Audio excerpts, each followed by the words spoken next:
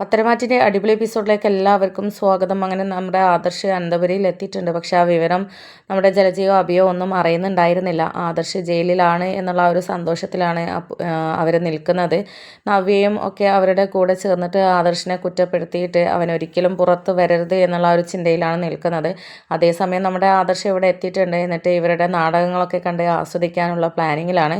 ദേവയാനിയും നയനയും ഒക്കെ അത് നല്ലോണം ആസ്വദിക്കുകയും ഒക്കെ ചെയ്യുന്നുണ്ട്. അങ്ങനെ നമ്മുടെ ജലജയും നവ്യയും സംസാരിക്കുന്നുണ്ട്. അല്ല, 2 ദിവസം മുന്നേ നാനയുടെയും വലിയ അമ്മയുടെയും മുഖത്തൊക്കെ ഒരു സങ്കടമൊക്കെ ഉണ്ടായിരുന്നു. പക്ഷേ ഇന്നലെ മുതൽ അത് കാണുന്നില്ലല്ലോ അമ്മേ, അവർക്ക് എന്തോ മാറ്റം സംഭവിച്ചിട്ടുണ്ടല്ലോ.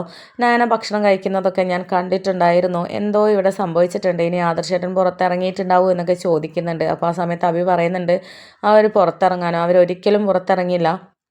നമ്മുടെ നാട്ടിൽ നിന്നും എളുപ്പം പുറത്തിറക്കാൻ കഴിയുന്നത് പോലെ അവിടെയൊന്നും സാധിക്കില്ല. അതിന് മാത്രമുള്ള പിടിപാടൊന്നും ഇവിടെയുള്ള മുത്തശ്ശനൊന്നും ഇല്ല എന്നൊക്കെ ഇങ്ങനെ പറയുന്നുണ്ട്. അപ്പോൾ ആ സമയത്ത് എന്തോ കാര്യമായിട്ട് സംഭവിച്ചിട്ടുണ്ട്, അല്ലാതെ അവർ ഇത്ര അതിൽ നിൽക്കില്ലല്ലോ.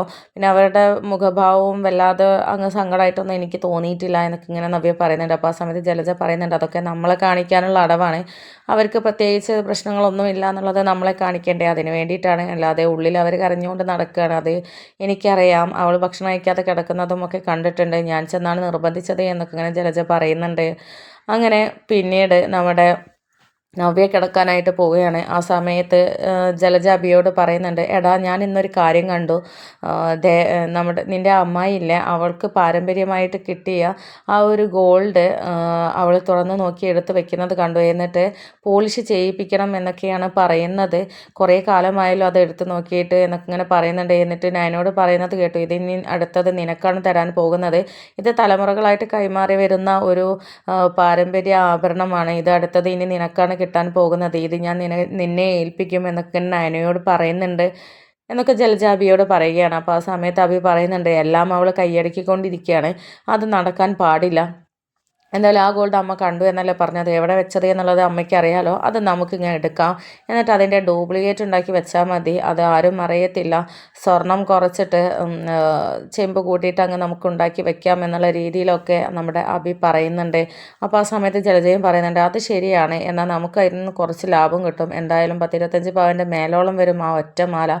അത്രയ്ക്കും വെയിറ്റുള്ളൊരു മാലയാണ്. പിന്നെ പണ്ടത്തെ തങ്കമല്ലേ, നല്ല വില കിട്ടും എന്നൊക്കെ ഇങ്ങനെ ജലജ അഭിയോട് പറയുന്നുണ്ട്. അപ്പോൾ ആ സമയത്ത് അഭി പറയുന്നുണ്ട്, എന്നാൽ പിന്നെ നമുക്കത് പോയി അടിച്ചു മാറ്റാം. ഇപ്പോഴാകുമ്പോൾ ആരും കാണില്ല, എല്ലാവരും ഉറങ്ങിക്കാണും. പിന്നെ നയനേട്ടത്തെയും അവരും ആണെന്നുണ്ടെങ്കിൽ അവർ ആ മുറിയിലോട്ട് ഇപ്പോഴൊന്നും വരികയുമില്ല. അവർക്ക് വർക്കോ എന്തൊക്കെയോ കാര്യങ്ങളുണ്ടല്ലോ, അതിന് കൂട്ടിരിക്കുന്നത് അവരല്ലേ. അതുകൊണ്ട് നമുക്ക് ഒന്നിച്ച് കയറിയിട്ട് അതിങ്ങോട്ട് അടിച്ചു മാറ്റി എടുക്കാം എന്നൊക്കെ തീരുമാനിക്കുകയാണ്. അങ്ങനെ പതുക്കെ പോയിട്ട് നമ്മുടെ ജലജയും അഭിയും ആ സ്വർണ്ണമാല എടുക്കുകയാണ്. അതിൻ്റെ ആ ഒരു ഭംഗിയും കരവും ഒക്കെ കണ്ടിട്ടാകെ അന്തം വിട്ട് നിൽക്കുകയാണ് നമ്മുടെ അഭി. എന്നിട്ട് ജലജ പറയുന്നുണ്ട്, നീ ഇതൊന്ന് പിടിച്ചു നോക്കി, ഇതിൻ്റെ വെയിറ്റ് അറിയണമെങ്കിൽ. ഇത് കാണുന്നത് പോലെയൊന്നുമല്ല മോനെ എന്നൊക്കെ പറഞ്ഞിട്ട് അഭിയുടെ കയ്യിൽ കൊടുക്കുന്നുണ്ട്. ആ സമയത്ത് അഭി ആകെ ഞെട്ടുകയാണ്. അമ്മ പറഞ്ഞത് സത്യമാണ്, ഇത് മുടിഞ്ഞ വെയിറ്റ് ആണല്ലോ. എന്തായാലും കോടികൾ ഇത് കൊടുത്താൽ കിട്ടും. പ്രത്യേകിച്ച് ഇന്നത്തെ കാലത്ത് സ്വർണത്തിന് വില കൂടിയ സാഹചര്യത്തിൽ ഇത് നമുക്ക് മാറ്റിയിട്ട് മാറ്റി കുറഞ്ഞ സ്വർണം വെച്ചിട്ടുണ്ടാക്കിയിട്ട് ഇവിടെ കൊണ്ടുവന്ന് വയ്ക്കാം. അത് ആരും അറിയത്തില്ല, പോളിഷ് ചെയ്യുമ്പോഴും അറിയാൻ പോകുന്നില്ല എന്നൊക്കെ ഇങ്ങനെ പറയുന്നുണ്ട്. അങ്ങനെ അവർ അത് അടിച്ചു മാറ്റുകയാണ്. പക്ഷെ ആ സമയത്ത് ആദർശ് അവിടെ ഇവരെ നിരീക്ഷിച്ചുകൊണ്ട് മുറിയിലുണ്ടായിരുന്നു. അത് അവർ അറിയുന്നുണ്ടായിരുന്നില്ല. കാരണം ദേവയാനിയും നയനയും മാത്രമാണ് പുറത്തുള്ളത്. ആദർശ് അവിടെ വന്ന വിവരമൊന്നും അറിയുന്നുണ്ടായിരുന്നില്ല. അങ്ങനെ ആദർശ് ഇതൊക്കെ ചിന്തിച്ചിട്ട്, അത് ശരി, ഇതാണല്ലേ പ്ലാനിങ്, അടിച്ചു മാറ്റിയിട്ട് മാറ്റു കുറഞ്ഞത് കൊണ്ട് വെക്കുക എന്നുള്ളത്. ഇതിപ്പോൾ ഞാൻ കണ്ടിട്ടില്ലായിരുന്നെങ്കിൽ, ഞാൻ ഇങ്ങോട്ട് വന്നിട്ടില്ലായിരുന്നെങ്കിൽ ഇതൊന്നും ആരും അറിയില്ലായിരുന്നു. അതും നയനയുടെ മേലേക്കോ അല്ലെങ്കിൽ നയനയുടെ അച്ഛൻ്റെ മേലേക്കൊക്കെ ഇടാനാണ് സാധ്യതയുണ്ടായിരുന്നത്. ഏതായാലും ഇത് കണ്ടത് വളരെ നന്നായി എന്നൊക്കെ ഇങ്ങനെ ചിന്തിക്കുന്നുണ്ട്.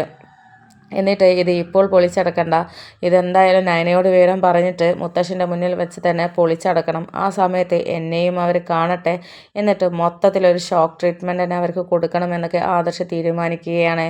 അങ്ങനെ ആ ഒരു ചെയിനും മാലയും കൊണ്ട് നമ്മുടെ അഭിയും ജലജയും അങ്ങ് പോകുന്നുണ്ട്. അങ്ങനെ ആ ഒരു സമയത്ത് നമ്മുടെ ആദർശ് പതുക്കെ നയനയുടെയും ദേവയാനിയുടെയും അടുത്ത് ചെല്ലുകയാണ്. എന്നിട്ട് ആദർശ് പറയുന്നുണ്ട്, അമ്മ ഞാനിപ്പോൾ ഒരു കാര്യം കണ്ടു, ഞാനിവിടെ വന്നിട്ടില്ലായിരുന്നെങ്കിൽ, ദൈവം എന്നെ ഇങ്ങോട്ട് എത്തിച്ചിട്ടില്ലായിരുന്നെങ്കിൽ ഞാനത് കാണില്ലായിരുന്നു, അത് വലിയൊരു നഷ്ടവും ആയേനെ എന്നൊക്കെ ഇങ്ങനെ പറയുമ്പോൾ, എന്താ അമ്മേ എന്ന് ദേവയാനി അപ്പോൾ എന്താ എന്നൊക്കെ ചോദിക്കുകയാണ്. അപ്പോൾ ആ സമയത്ത് ആദർശ് പറയുന്നുണ്ട്, അമ്മ ഇന്നൊരു അമ്മയുടെ പാരമ്പര്യമായിട്ടുള്ള കിട്ടിയിട്ടുള്ള ആ ഒരു ചെയിന് നയനയ്ക്കകത്ത് കാണിച്ചു കൊടുത്തിട്ടില്ലായിരുന്നോ, അത് അമ്മായി കണ്ടു എന്നാണ് തോന്നുന്നത്. അതിപ്പോൾ അമ്മായിയും അഭിയും ചേർന്ന് അടിച്ചു മാറ്റിയിട്ടുണ്ട് എന്ന് പറയുമ്പോൾ ദേവയാനി ആകെ ഞെട്ടിത്തരിച്ച് നിൽക്കുകയാണ്. എന്ത് അടിച്ചു മാറ്റിയെന്നോ, എന്നിട്ട് അത് കണ്ടിട്ട് നീ വെറുതെ വിട്ടോ എന്നൊക്കെ ചോദിക്കുമ്പോൾ ഇപ്പോൾ തൽക്കാലം വെറുതെ വിട്ടു, പക്ഷേ ഇത് നമുക്ക് നാളെ നല്ലൊരു പ്രശ്നമാക്കി എടുത്തിട്ട് അവർക്കിട്ട് നല്ലൊരു പണി കൊടുക്കണം. നാളെ ഞാൻ അവരുടെ മുമ്പിൽ പ്രത്യക്ഷപ്പെടുകയും ചെയ്യും. എല്ലാം കൂടെ കൂട്ടിച്ചേർത്തിട്ട് ഒരു കിടിലൻ പണി തന്നെ നാളെ കൊടുക്കണമെന്ന് ആദർശ് തീരുമാനിക്കുകയാണ്. അപ്പോൾ ആ സമയത്ത് ദേവയാനി ചോദിക്കുന്നുണ്ട്, അല്ല മോനെ, നമ്മളിപ്പോൾ നാളെ രാവിലത്തേക്ക് കാത്തു നിന്നാൽ ആ സ്വർണം അവർ ഈ രാത്രി കൊണ്ട് എന്തെങ്കിലും ചെയ്താലോ എന്നൊക്കെ ചോദിക്കുമ്പോൾ അതിന് സാധ്യതയില്ല.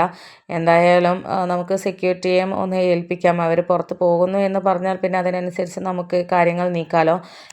അതിന് ഞാൻ സെക്യൂരിറ്റിയോട് പറഞ്ഞോളാം എന്നൊക്കെ പറയുന്നുണ്ട്. അങ്ങനെ നാളെ അബിക്ക് നല്ലൊരു പണി തന്നെ കൊടുക്കാൻ തീരുമാനിച്ചിരിക്കുകയാണ് ആദർശും നയനയും ദേവയാനിയും.